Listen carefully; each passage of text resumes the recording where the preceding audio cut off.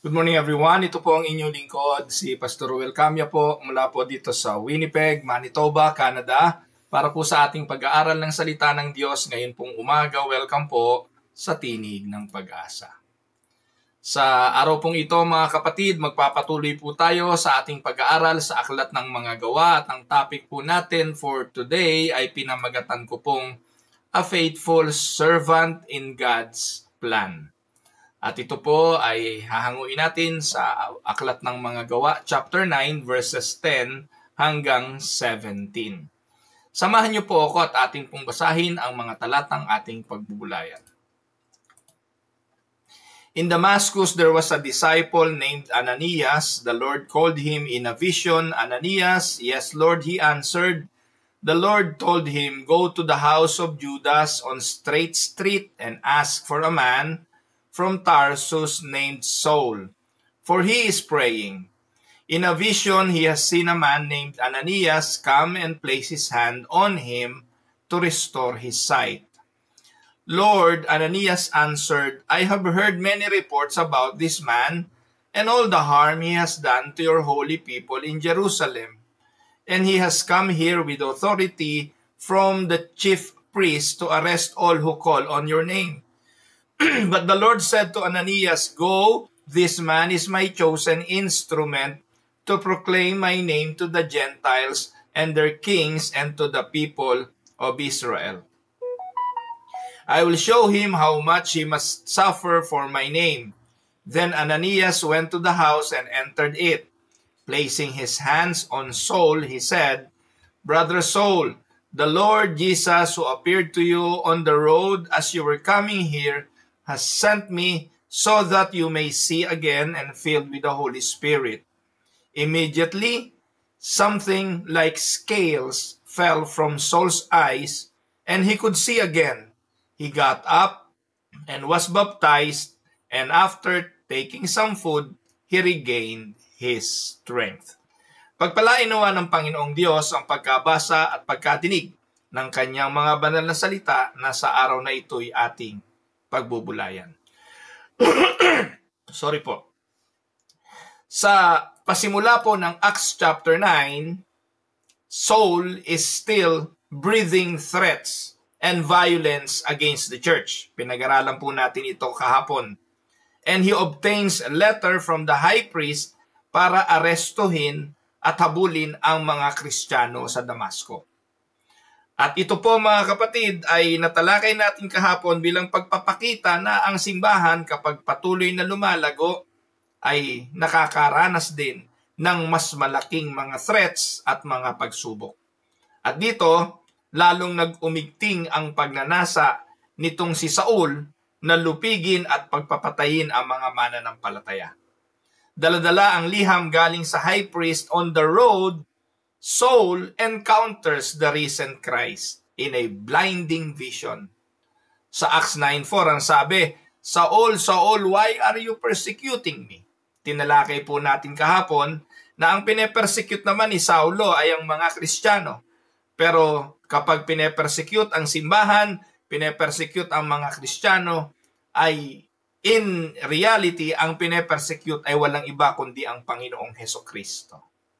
So, ano nangyari kay Saulo? Struck blind, Saul led into Damascus where he spends 3 days without sight.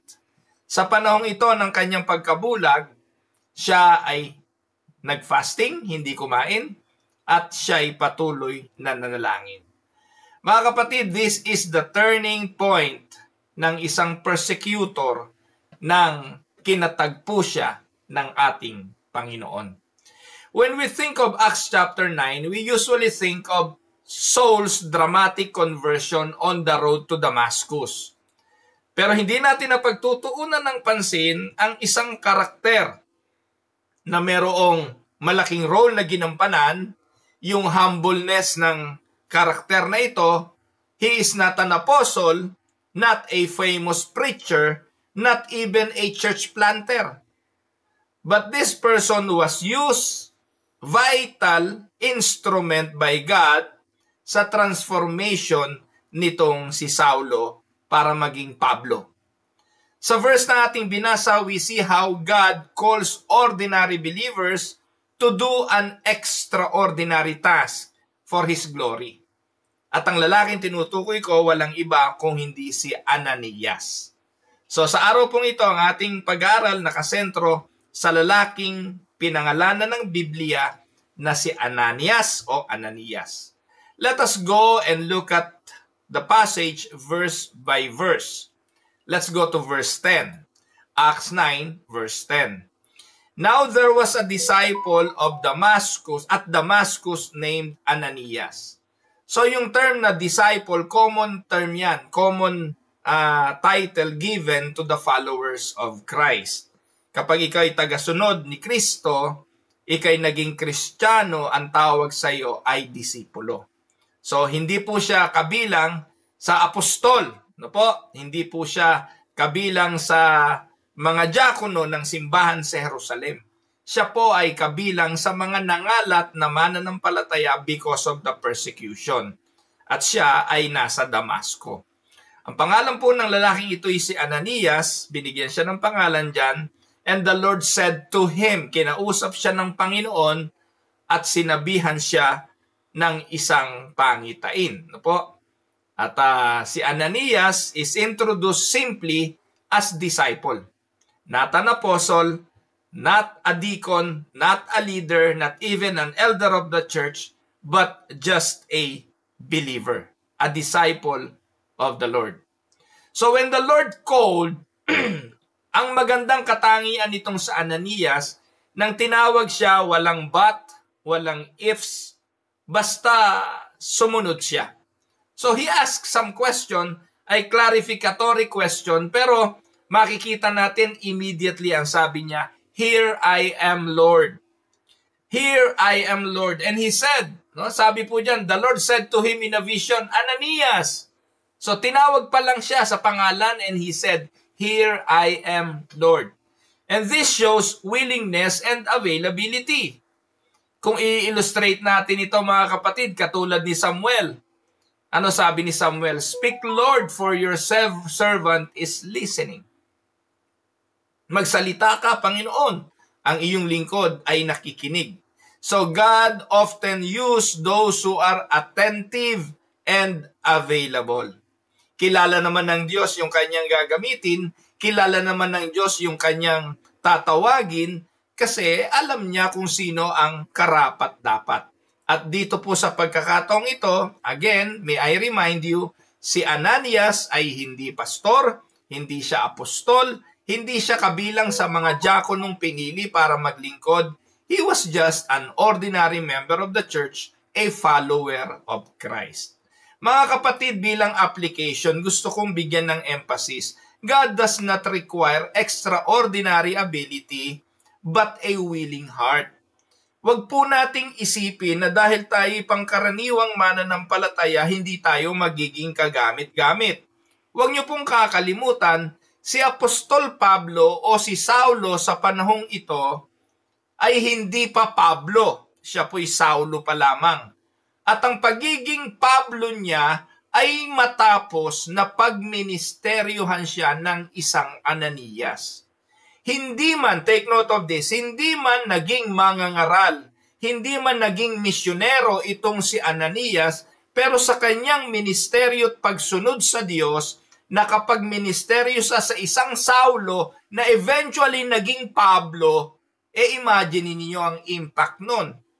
Kung ating titingnan, kung hindi sa ministeryo ni Ananias, maaaring walang Pablo. Amen po ba? Kaya hindi natin alam, mga kapatid, kayong nakikinig sa akin, hindi natin alam kung anong pwedeng maging impact ng ating mga buhay sa iba. Kayo na nagsasabing ordinaryo lang ako, kayong nagsasabing wala akong kakayahan, hindi ako magaling mag-preach, hindi ako mahusay, hindi nyo alam ang pwedeng maging impluensya ng inyong pag-iimbita at ng inyong pag-akay sa iba palapit sa Panginoon. Naalala nyo po ba mga kapatid, si Andres, kapatid niya sino? Si Pedro. Sino po ba ang umakay kay Pedro? Di ba yung kanyang kapatid? dinala niya sa Panginoon. Kaya napakahalaga na maunawaan natin, do not consider yourself just an ordinary and you don't have the ability. What is important, meron kang willingness of heart na sumunod sa Panginoon. The question is, when God calls, are you ready to answer, "Here I am, Lord"? Katulad ng pagsagot ni Ananias. So ano pong nangyari sa verse 11? Let us continue. Sa verse 11, and the Lord said to him, "Rise and go to the street called Straight, and at the house of Judas look for a man of Tarsus named Saul. For behold, he is praying." So, dito po mga kapatid, kapag ang Diyos ay nakipag-usap, laging specific yan. Po, minsan hindi natin naiintindihan, pero dito po malinaw ang pagkakapahayag, detalyado, at sinabi po ng Panginoon sa kanya ay ano sabi niya? The Lord's specific instruction is the location kung saan pupunta, yung bahay kung saan, sino may-ari, at yung tao na kanyang pupuntahan. Lagi po mga kapatid, yung God's guidance is precise. Minsan po mga kapatid, di naman totoo na sinasabi ng maraming mga tao, alibay na lang na, hindi ko alam kung anong kalooban ng Panginoon, hindi ko alam kung anong aking susundin. Minsan po mga kapatid, alibay na lang natin yon. Kasi ang Biblia naman, kung talagang hahanapin natin kung anong plano ng Diyos, kung anong gusto ng Diyos, malino naman na nasa banal na kasulatan. Most of the time, sundin lang natin kung anong instruction ng Diyos sa kanyang mga salita, hindi tayo mapapariwara. Pero minsan, ang gusto natin ay yung mga extraordinaryong paraan pa ng pakikipag-usap ng Diyos. Ang gusto natin ay yung mga mystical approach, yung kinausap ka sa panag-inip, merong mga sumulat sa pader at sa alapaap, yung ulap naging itsurang tao o kung ano-ano pa. No, hindi po yung mga mystical ways na yon na paraan ng pakikipag-usap kasi hindi na po nakikipag-usap ang Diyos sa ganon. Hindi na rin po sa mga panag-inip kasi ang Biblia ay kompleto na. Kaya nga po yung ating pananampalataya at paniniwala na dahil na kompleto na ang banal na kasulatan, enough for us to know the will of God and for us to live a life that is pleasing to the Lord, Bible na lang po ang ating sinusunod. Kaya pag merong nagsasabi na siya kinausap ng Panginoon, may revelation sa kanya ang Panginoon, huwag na kayong maniniwala doon. Yun po'y pambobola lang ng pastor o ng alagad na nagsasabing siya alagad ng Diyos. Sapagkat the Bible is complete already. At sa Bible, may mga complete, specific instruction na dapat natin gawin para makapamuhay tayo ng may kapayapaan at makapamuhay tayo sa paglilingkod sa ating Diyos. Dito, noong mga panahong ito, nakipag-usap ang Diyos sa panaginip at sa mga alagad. So notice the condition of Saul. Anong sabi? He is praying. After being struck blind, the once proud persecutor is now humbled before God in prayer. Kung titingnan po natin mga kapatid, puno siya ng tapang, puno ng lakas ng loob, puno ng pagnanasa na lupigin at patayin ang mga mananampalataya. Pero dito sa pagkakataong ito, sabi nga ay nawala ang tapang, nawala ang yabang. At si Saulo rather, ay nasa pinakamababang kalagayan sa harapan ng Diyos. Nag-aayuno, hindi kumain, at nananalangin. Ito ang sinabi ng Diyos kay Ananias. He is praying. So, prayer is often, take note of this, it is often the first evidence of a changed heart. Ang pagluhod, ang paglapit sa Diyos, ang pagsisisi, ang pangunahing ebidensya ng isang binagong puso. Conversion leads us to seek God's face. Imposible mga kapatid na sinasabi nating nananampalataya tayo sa Diyos tapos hindi natin hinahanap ang kanyang mga salita. Hindi po pwedeng paniwalaan yung taong nagsasabing mahal ko ang Panginoon, iniibig ko ang Panginoon, mahal ko ang paglilingkod sa Kanya, gayong hindi naman nagbabasa ng salita ng Diyos. Tandaan, ang pakikipagtipan sa Diyos sa pananalangin, ang unang ebidensya ng isang binagong puso. Kaya po, walang Kristiyanong hindi marunong magdasal. Ulitin ko, walang Kristiyanong hindi marunong magdasal. Kaya lang, dumating tayo doon sa pagkakataon na minsan, yung simpleng pakikipag-usap sa Diyos, kapag ginawa publicly, nahihiya tayo. Bakit? Kasi nakatuon tayo doon sa sasabihin ng tao, sa opinion ng tao, baka magkamali tayo ng lengguwahe. Ang tanong, sino ba ang kausap natin kapag tayo nagdadasal? Yung bang mga taong nakikinig? O ang Diyos? Pero tandaan po natin, walang Kristiyanong hindi marunong magdasal. Dahil ito ang unang-unang ebidensya ng pusong binago. Kapatid, do you know how to pray? Kung hindi, may malaki kang problema.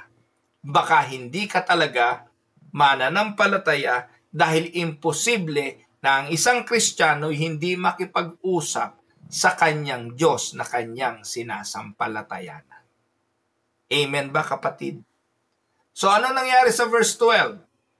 And he has seen a vision, a man named Ananias come in and lay his hands on him so that he might regain his sight. So dito, kinonfirm ng Diyos kay Ananias na si Pablo ay ready na, handa na siya at nakita rin ni Pablo sa kanyang pangitain ang pagdating ni Ananias para siya'y patungan ng kamay. Nakita niyo po ito, mga kapatid. Sino po ang nag-coordinate ng lahat ng ito? Dito po makikita natin yung tinatawag na sovereign work of God. God coordinates both sides. It prepares the heart of Ananias and it prepares the heart of Saul. This shows God's providence in salvation. Tandaan po ninyo, mga kapatid, kapag kalooban ng Diyos ang isang bagay at ito'y ating idinadalangin, inuusal pa lang natin ng dalangin, inaasikaso na ng Diyos sa kabilang dulo ang sagot nito. Can we say amen to that? Halimbawa, nananalangin ka ng trabaho, hindi mo ba naisip na kinakausap na ng Diyos ang HR para pag dumating doon ang iyong application, ay tutugunin na ng positibo ang iyong application? Ang Diyos ang nagko-coordinate ng lahat. Kung ikay may karamdaman, kausap na ng Diyos ang doktor kung anong gagawin. Kung ang karamdamang ito hindi naman hahantong sa kamatayan, alam ng Diyos kung papaano gagawin ang pagtugon sa ating mga dasal. He coordinates both sides. Siya na nakikinig sa ating dalangin, ang kumikilos na sa katugunan ng ating prayer. Amen po ba, mga kapatid? So, when God calls us to serve, we can trust that He is already working on the other side. Kaya huwag niyo pong kakatakutan, nakakalungkot po, mga kapatid. Minsan, tinatawag tayo ng Diyos sa paglilingkod. Pero madalas, anong sinasabi natin? Saka na lang. Iba na lang. Kasi tapos na kami dyan yung iba naman. Hindi po ba, mga kapatid, dapat po ang ating tugon sa kalooban ng Panginoon. At tayo po'y tutugon ayon talaga doon sa kanyang kalooban. When God calls us to serve, we can trust that He is already working on the other side. Amen? Kasi siya naman ang katuwang natin Alam niyo po, nung ako po'y tumugon sa pagpapastor, hindi ko na nga po iniisip din kung anong mangyayari.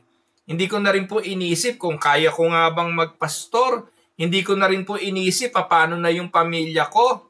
Anong ipapakain ko sa aking magiging mga anak, sa aking asawa. Paano ko matutugunan ng finances.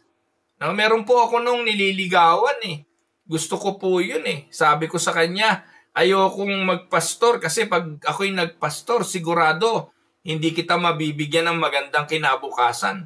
Kasi nakita ko po yung buhay ng mga pastor, yung mga tapat na pastor talaga nung araw, Wala ho talagang sweldo eh.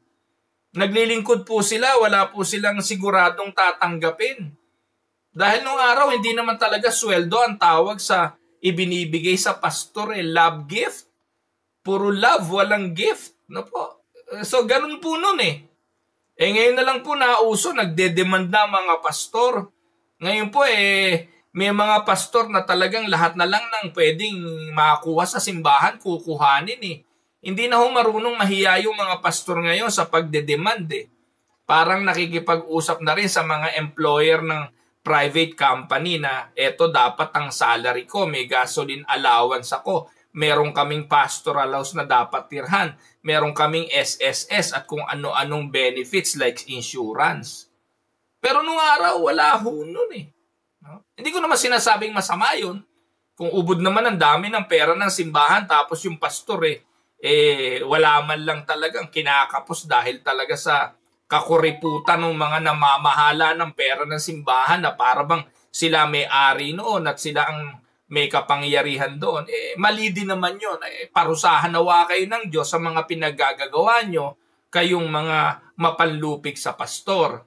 Pero both ways yan. No po? Dapat po talagang natutugunan ang pangangailangan para yung pastor naman makapagtrabaho din ng matino sa kanyang gawain. Well, lipat na po tayo at nalilis tayo sa ating topic. Ang point ko lang po rito, pag tinawag tayo ng Diyos sa paglilingkod, sagot niya po iyon. Pagkakatiwalaan po natin siya, na siya ang bahala sa mga bagay na ating pinangangambahan. Dito po ano ang pinangangambahan ni Ananias? No po? Makikita po natin sabi nga our obedience fits into His larger plan if we obey Him. Ano po? Sa verse 13, ito malupit. But Ananias answered, Lord, narinig ko na yung taong yan ay napakasama. Napakarami na niyang ginawang kasamaan sa mga lingkod mo sa Jerusalem.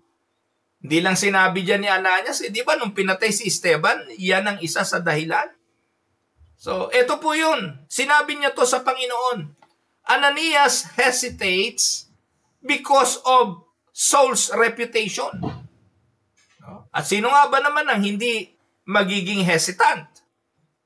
Gayong merong pangalan, merong otoridad, merong kapangyarihan, ang tao na iyong pupuntahan. At ang reputasyon ng taong ito hindi maganda. Ang reputasyon ng taong ito ay masama dahil siya ay pumapatay ng mga mananampalataya. His fears is understandable. Ang takot niya ay dapat nating maintindihan because Saul was notorious for persecuting Christians. Tandaan natin mga kapatid, kahit na anong tapat ng isang lingkod ng Diyos, even faithful disciples, they struggle with fear and doubt. Marami tayong example niyan sa Bible Kahit na nga ho, mga lingkod ng Diyos, masunuring lingkod ng Diyos, nakaka-experience sila noong mga struggle about fear and doubt. Kilala naman natin mga kapatid si Elijah, si Moses, si Gideon. Ito po yung mga lingkod ng Diyos, si Samson, na dumating din doon sa panahon na they are struggling with fear and doubt. Karapat-dapat ba ako, Panginoon? Hindi ako magaling magsalita, ang sabi ni Moses. Si Elijah, sabi niya, ako na lang po natitirang propeta, patay na silang lahat, kaya patayin mo na rin ako.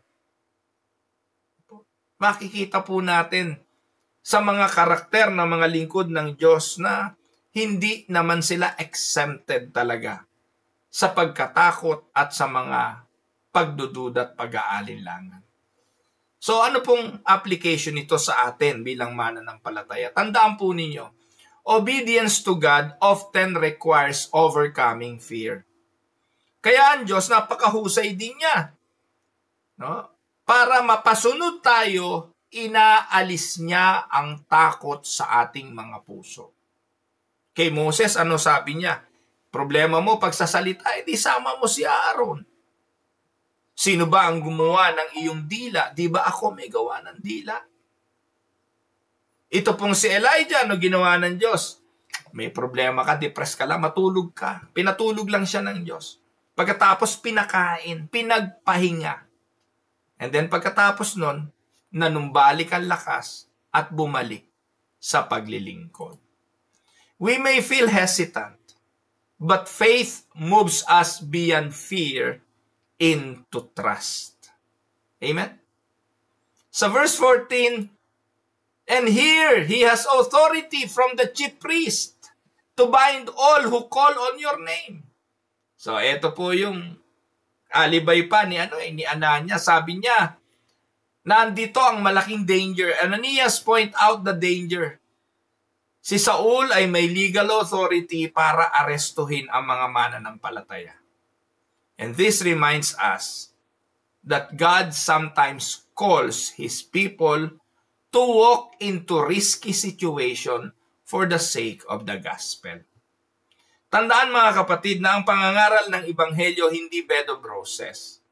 Na ang pangangaral ng Ebanghelyo may mga risk na kailangan nating daanan. Minsan sa mga risk na ito, nakataya ang ating reputasyon, nakataya ang ating security, nakataya ang ating livelihood. Minsan po mga kapatid, talagang maraming nakataya. Minsan maging resources, yung atin na lamang kakainin, minsan ibibigay pa natin for the sake of the gospel. Following Christ may not be safe, but it is always worth it.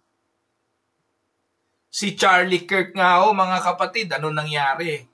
Tinaya ang buhay sa pangangaral at kamakailan lang siya'y napatay. Risky ang daang matuwid. Risky ang pangangaral ng Ebanghelyo. And following Christ may not be safe. Pero tandaan natin mga kapatid, it is always worth it. Amen? So our security rests not in avoiding the risk, but in obeying God's will. Ang ating kasiguruhan ay wala sa pag-iwas sa mga risk na ito. Ang ating kasiguruhan ay nasa pagsunod sa ating Panginoon. At sa ating pagtitiwala na kung susunod tayo, anuman ang mangyari, anuman ang maging kaganapan, ito ang kalooban ng Diyos at pawang sa ating ikabubuti. Amen? Now, verse 15. But the Lord said to him, Go, for he is a chosen instrument of mine to carry my name before the Gentiles and kings and the children of Israel. So dito po, ito po yung assurance. So God assures Ananias with His sovereign plan. Si Saul ay isang chosen instrument. Napakaganda mga kapatid ng pahayag na ito ng Diyos. Po. At sinabi niya kay Ananias, Ananias, bahagi ng aking plano. Pinili ko itong si Saul para maging instrumento. Kaya mga kapatid, meron pong doktrina na pinaniniwalaan si Martin Luther. Ang sabi niya, even the devil is God's devil. Ano pong ibig sabihin nun? Yun daw demonyo ay demonyo ng Diyos. Anong ibig sabihin? Kahit gaano kasama ang demonyo, hindi makakakilos ang demonyo kung hindi pahihintulutan ng kamay ng Diyos. Amen po ba mga kapatid? Kaya itong si Saulo, naniniwala ako lahat ng nangyari prior to his conversion, bago siya maging Pablo, lahat yon ay pinahintulutan ng Diyos. Ibig ba sabihin, Pastor Ruel, pati ang pagpatay niya kay Esteban? Yes. Alam natin sa kasaysayan kung anong naging dulot ng kamatayan ni Esteban. Nung namatay si Esteban, nangalat ang mga mananampalataya sa matinding takot. At nang nangalat sila, nakarating sila saan? Yung iba nakarating sa Samaria. sa Judea. At habang sila'y naroon, ano ginawa nila? Nangaral sila at sila'y patuloy na nagpagamit sa Diyos. O ano nangyari? Di ba natupad yung Acts 1:8 na ano ang sabi ng Panginoon? You shall be my witnesses in Jerusalem, in Judea, and Samaria. Pero kailan natupad yung pagdating nila sa Samaria? Noong pinatay si Esteban. So the death of the saints is never without a cause. Amen? May purpose ito. It is never without a purpose. At ang layuning ito ay para sa ebanghelyo at para sa kaluwalhatian ng Diyos. Kahit nga po ang ating kamatayan, kung papahintulutan ng Diyos, pwedeng maging instrumento sa pagtupad sa kanyang layunin. Ito ang sinasabi ni Apostol Pablo na ang mabuhay ay kay Kristo at ang mamatay ay pakinabang. Amen mga kapatid? So dito, ang sabi ng Diyos, instrumento ko si Saul. Ayan. So, God transforms enemies into vessels of His glory. Parang tayo lang. Noong araw naman, kaaway tayong lahat ng Diyos hindi po ba? Noong araw naman, tayo'y bulag, bingi, patay, nasa kadiliman. Pero lahat ng yon ay nakalipas na, tayo'y ginawang bago. Binuhay tayo at tayo'y nanampalataya sa Panginoong Hesus. At dahil doon, dapat tayo ngayon ay instrumento rin ng Diyos katulad ni Saulo. Saul, the persecutor, will become Paul, the preacher. The mission is clear. Saul will bring the gospel to the Gentiles, to the kings, and Israel. So yung mga hinahabol niya para mangaral ay siya ngayong nangunguna para gawin ang pangangaral. Amen? So, God's grace chooses the unlikeliest people. Ang biyaya ng Diyos ay pwede niyang iparanas minsan sa hindi natin inaasahan. Nahihipuin pala ng Diyos. If God can use Saul, He can use anyone, including us. Amen? Now, verse 17 or verse 16. Sa verse 16, for I will show him how much he must suffer for the sake of my name. So dito po, makikita natin, the call to follow Christ includes suffering. At ito po'y hindi itinago kay Saulo. Alam na ni Saulo na bahagi ng kanyang pagsunod ay persecution. Bakit? Dati kasi siyang persecutor.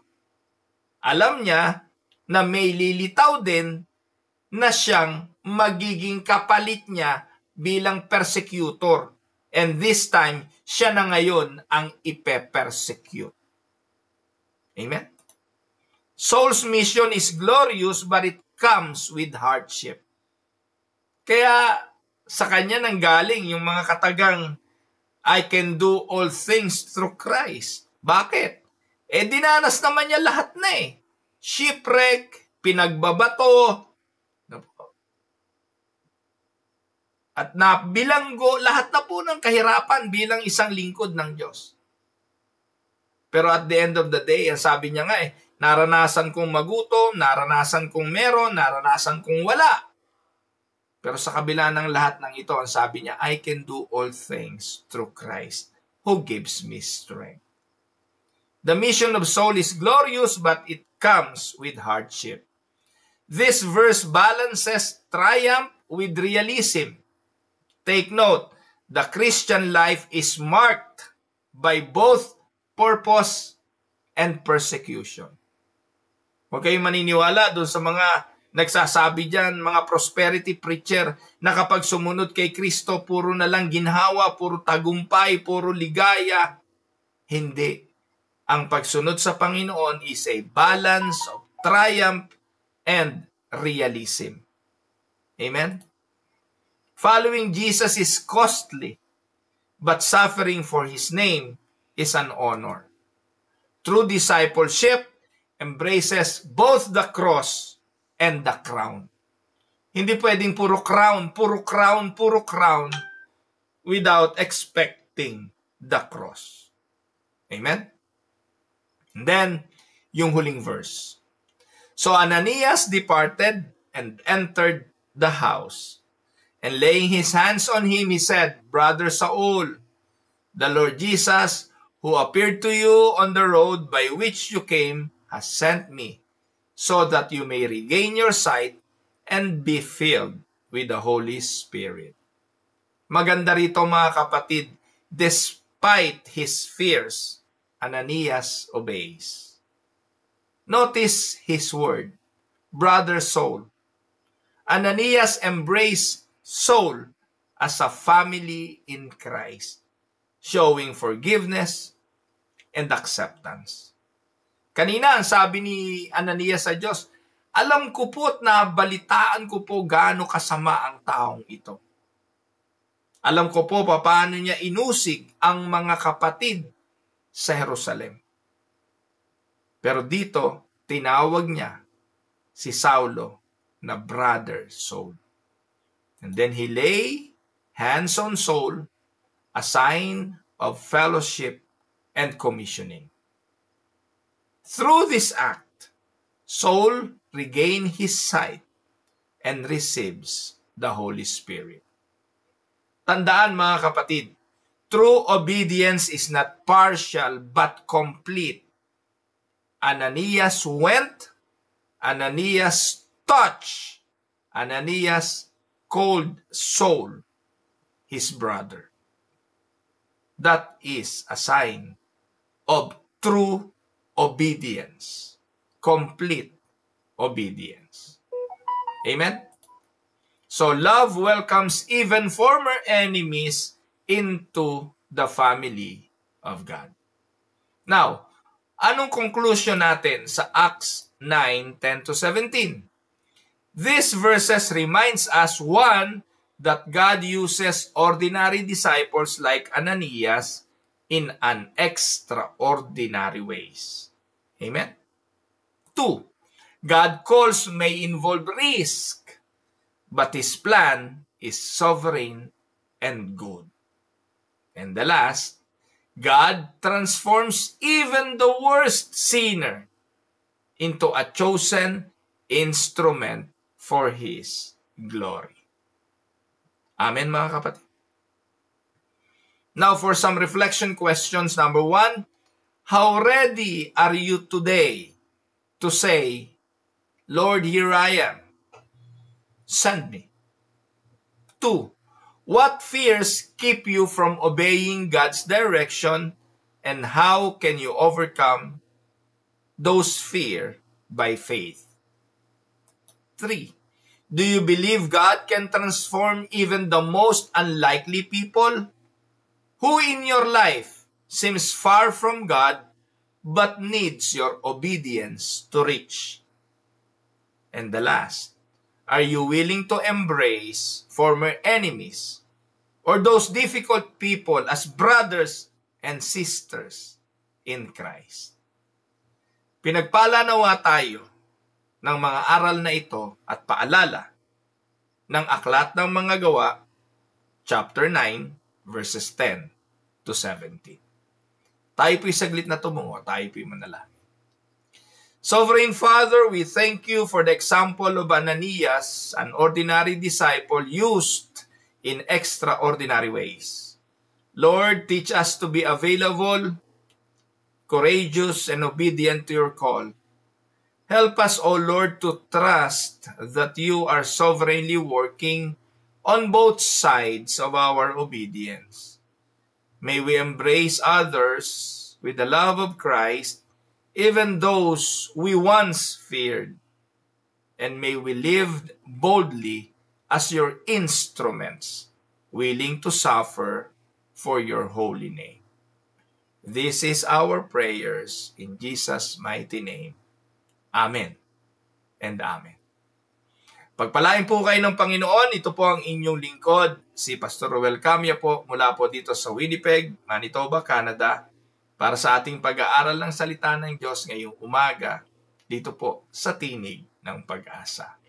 God bless po mga kapatid.